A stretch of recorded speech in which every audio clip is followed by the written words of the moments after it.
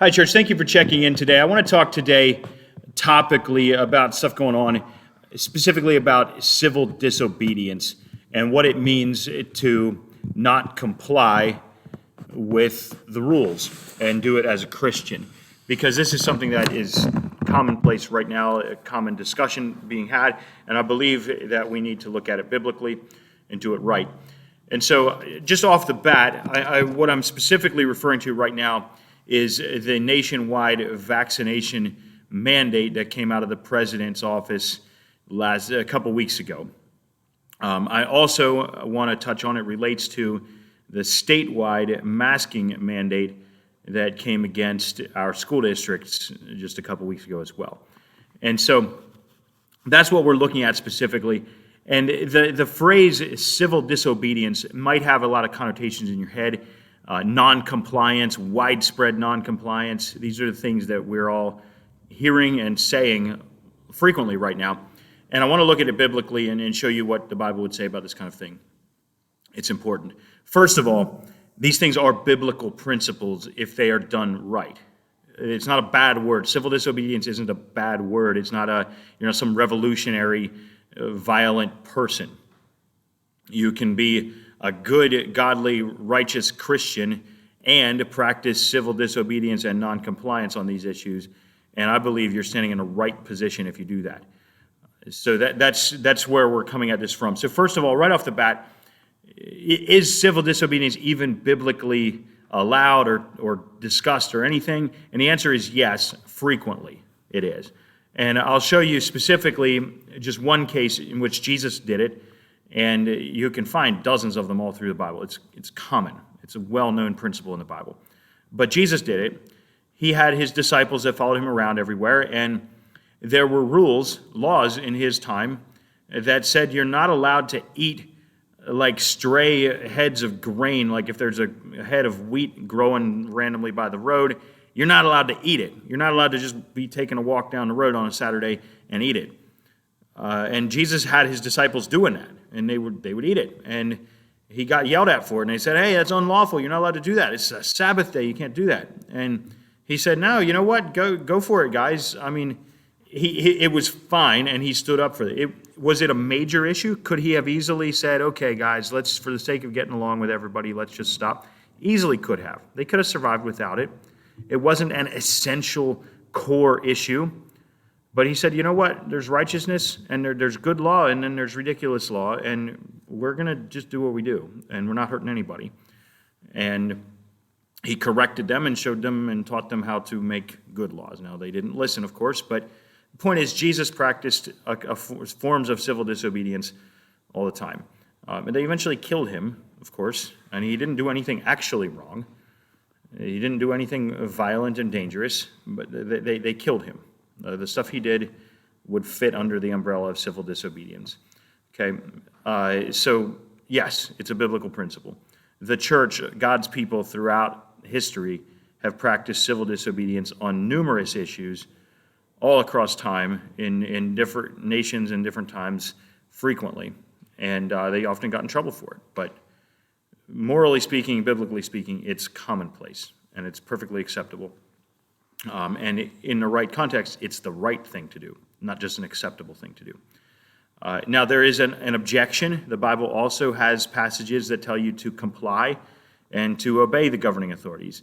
A specific one that comes to most people's minds is the book of Romans, chapter 13. It says that you are to comply with the government and be subject to the governing authorities. And that's what it says, and that's the Bible too, so we need to take it seriously. But I'll point out one thing with that, and the reason I'm bringing this up is because it's important. We read the Bible. We have standards. We don't just do what seems right, and the Bible holds a high standard for us. But it says this. It says, "Let every person be subject to the governing authorities. There is no authority except from God, and those that exist have been instituted by God." And then he says, verse 4, he says, "For it is God's servant to you for your good. But if you do wrong, be afraid, for he does not bear the sword in vain." And the whole half the chapter there tells you to be in compliance with the government. And so when you read that, you might scratch your head and say, hold on, I guess we shouldn't do civil disobedience. I guess we should just go along and get along. But there's two things that I want to show you in that. First of all, verse 4, Romans 13, verse 4. I read it to you. It says, "For he is God's servant to you for good," meaning the governing authorities. God's servant to you for good. So if the governing authority, does that mean that everything all governments only do is always for your good? Obviously, that's not true. I wish it were true, but it's not. So some governing authorities at some times in some places wind up doing things for their own good against your good. Is that from God? Of course not. Absolutely not. So the governing authorities are there for your good, and if they're using it for not for your good but for evil, for power, for their own personal stuff, then they're not. That's not from God, and that should be fairly obvious. Now, another thing to get from this is you can just simply ask the question: who are the governing authorities? It says you should obey the governing authorities, be subject to them. Well, who are they? It's a reasonable question, and the answer is quite straightforward. It's very obvious who they are in this country and in this state. The governing authorities, the ones that have the authority to make laws in this state, in this nation, is called the legislative branch. It's called Congress. It's the House of Representatives and the Senate. Combined, that's the legislative branch.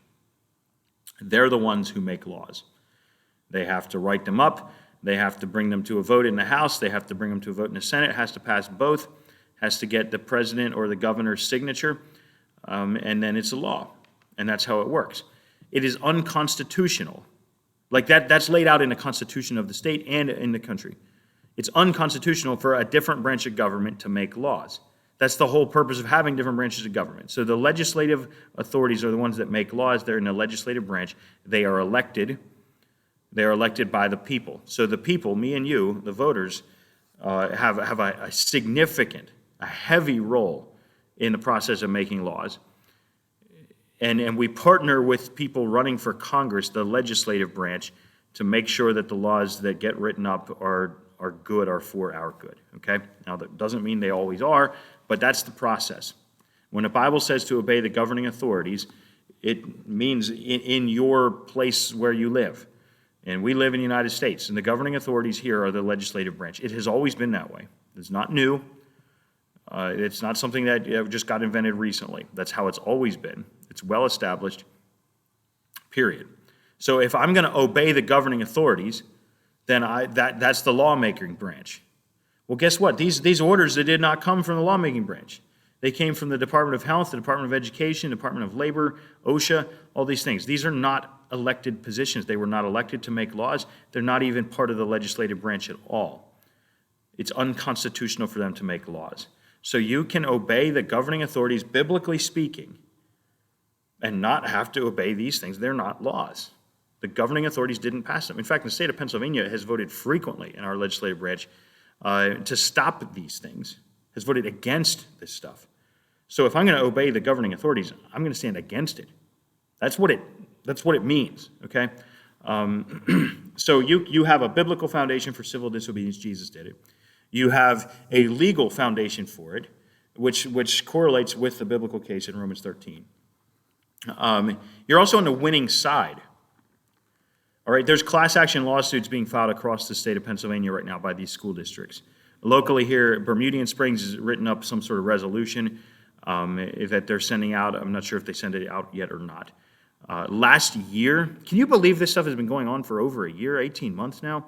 They asked for 2 weeks, and here we are a year and a half later. They're trying to shut down big businesses across the country. It's ridiculous. So anyway, we're on the winning side because these things have been challenged already in court. All last year, the restaurants fought them and won. The Taste of Sicily, the Round the Clock Diner, some of these other ones that said, you know what, we're allowed to be open. We're not hurting anybody. You can't stop us. You're not a lawmaker. You're bullying. You're going way outside the bounds. We're just going to mind our own business and stay open. And they won. All these cases have won. We're on the winning side. If you stand against this stuff and say, you know what, we're just going to do what's right, and you can't close us down. We're just going to do it. You're correct. You're biblically correct. You're legally correct. You're on the winning side. You're going to win. These class action lawsuits will win. Get your school district to join them because they will win. All the evidence, all the momentum is on the side of the people, on the side of liberty. We got 2 amendments in May, specifically just targeting this whole situation to make sure the governor didn't overstep his legal constitutional bounds. And they passed. They passed easily. You're on the winning side if you stand against this stuff with civil disobedience. Get your business to join the class action lawsuits against the feds. You're going to win. It's the right thing to do. There's a biblical case, there's a legal case, there's a winning case. There's also a love your neighbor case to be made. Your neighbor might be vaccinated, might wear a mask everywhere, and you might also. And you know what? It's still the right thing to do to go in for civil disobedience and noncompliance against this. Because this stuff is going to hurt you and your neighbor, and it's going to hurt your neighbor on the other side of the world. It's going to hurt innocent people that didn't do anything wrong. It's going to hurt vaccinated people along with unvaccinated people. It's going to hurt them all. And so you're going to stand together with them. And a few of the ways it's going to hurt them is, let's say your neighbor is vaccinated and works at a job and does a great job and is a great employee and whatever. Well, somewhere in that company, there's some guy, probably more than one, statistically it's about 50%, who aren't vaccinated. And of that percentage, there's a fair number of them that aren't going to get vaccinated, that it would go against their conscience, against their better judgment, or whatever. And you know what? They're completely free to have their just not be vaccinated and never even explain themselves why. You don't have to tell anybody why. You're an adult person. You can make up your own mind. So somewhere in your neighbor's business, there's an employee who's not going to get the vaccine. And so now your neighbor's business is either going to be shut down by the feds for noncompliance, or they're going to fire the guy, or he's going to quit, or he's going to organize a strike, and a whole bunch of people are going to walk out, or a combination of all of the above. So one of those things is going to happen. And now your neighbor who did get vaccinated, who thought he was going to avoid all the trouble, suddenly doesn't have a valuable coworker, or probably a whole bunch of them. And so now your vaccinated coworker is doing a lot of other people's jobs that he might not even be competent to do because he wasn't hired to do them. He's going to be working overtime. They can't just hire new people and replace them because they just fired a bunch of qualified people, and it's not like there's qualified people just running around everywhere. So now the company is short-staffed. Their product lines are gonna fall through the floor, not gonna be able to keep up. The ones that are there are gonna be overworked, and there's no real end in sight.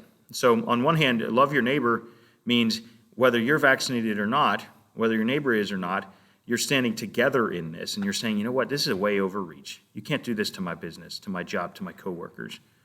You can't put us in this position where innocent people lose their job, where other innocent people wind up having to work overtime and didn't want to. You can't do that, all right? Now, beyond that, though, that's just the first order effect. The second and third order effects are where it really gets nasty. Because if these companies are doing layoffs and firings or strikes, or just people quitting, then they're understaffed, and then they can't produce as much stuff, and their product lines fall apart. Now supply goes down. We already have inflation. We already have supply chain problems. We already have major disruptions to this. Because of the stuff they were doing a year ago that was unconstitutional then, that got beaten in the courts, and things reopened, and now they're trying it again, round two. At least a year and a half ago, they said they tried to make a definition of essential and non-essential. This time around, it's just everybody. They're all in one boat. Every single business. Every city in this country of reasonable size has a business of 100 people or more. This is going to affect everybody in new ways. At least then they tried to make a list of essential and non-essential. It was a ridiculous list. It was unconstitutional. It lost. But at least they were trying then. And now they're not. So this is going to affect supply chains. It's going to cause shortages. It's going to cause price increases. It's happening locally here in Adams County, where we produce like half the apples in the country. They cannot hire enough people. It's September. Apple season is here, and it's going to run through October and into mid-November. We got about 2-month period where all the apples in the world ripen. And if we don't process them now, everything related to Apple products is going to have a shortage and inflation until next year's harvest, and hopefully they can get it all done next year. And they are hiring desperately right now, and they can't keep up. They told me they have like 100 positions open. They keep dropping off flyers here at church. Do you know anybody who needs a job, who's interested in a job, a second job, who would quit a job and come to us? We're desperate. And I'm like, yeah, okay, we're doing our best. We're distributing this stuff. But if they have to fire people and lay people off in the fall, right now, which is when this mandate's coming out, and then think about what's happening in Kansas and Iowa and Nebraska, where all the corn and wheat and soybeans in the world come from.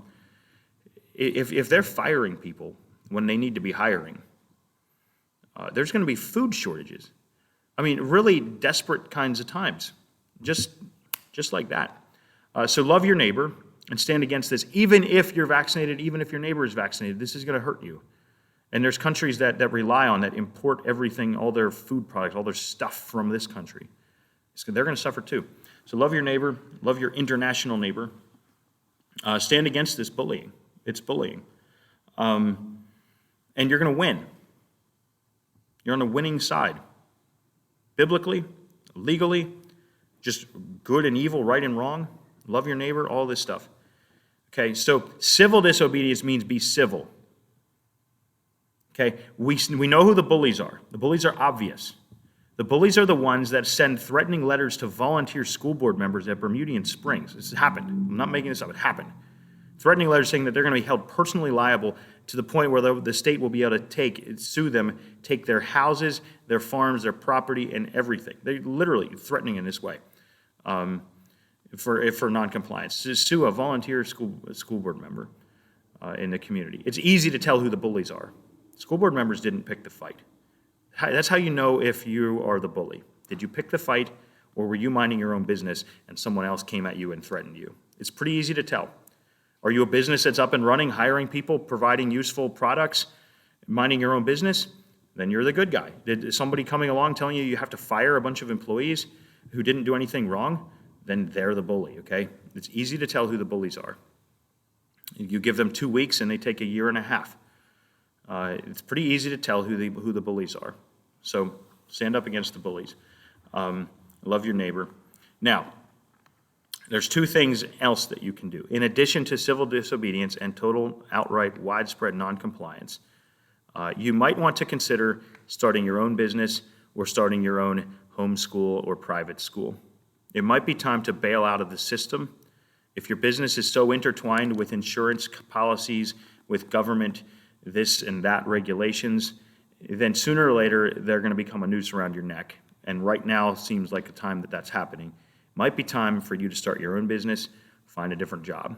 It might be time for you to withdraw your students from public school and get them into private school, into homeschools, into the co-ops around here. Our church has like 20 families in a homeschool co-op. Most of them are brand new in the past year. Okay, you can do it. There's a support network, and it's a growing network. It can be done. Our church gives away scholarships, tuition scholarships to Christian schools, and scholarships for homeschool curriculum. We're doing this on purpose to motivate and enable families where things are tight to bless you in doing it. It might be time for you to step out of the system. Okay, but whatever it is, whatever else is going on, get on your knees and pray, because we're in a really dangerous time. We are in a dangerous time politically. We're in a dangerous time economically. We're in a dangerous time with political bullies who are unelected trying to boss around the entire country.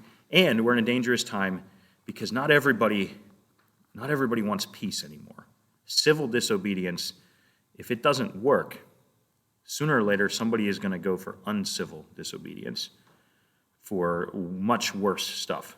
We're trying to be kind, godly, God-fearing Christian people. We're not calling names, we're not bullying, we're not threatening, we're not intimidating, we're not using force, we're not threatening to use force. We're not doing that. But there are people who will get fed up with this, who will lose a job, who are at the end of their rope, and they aren't Christians.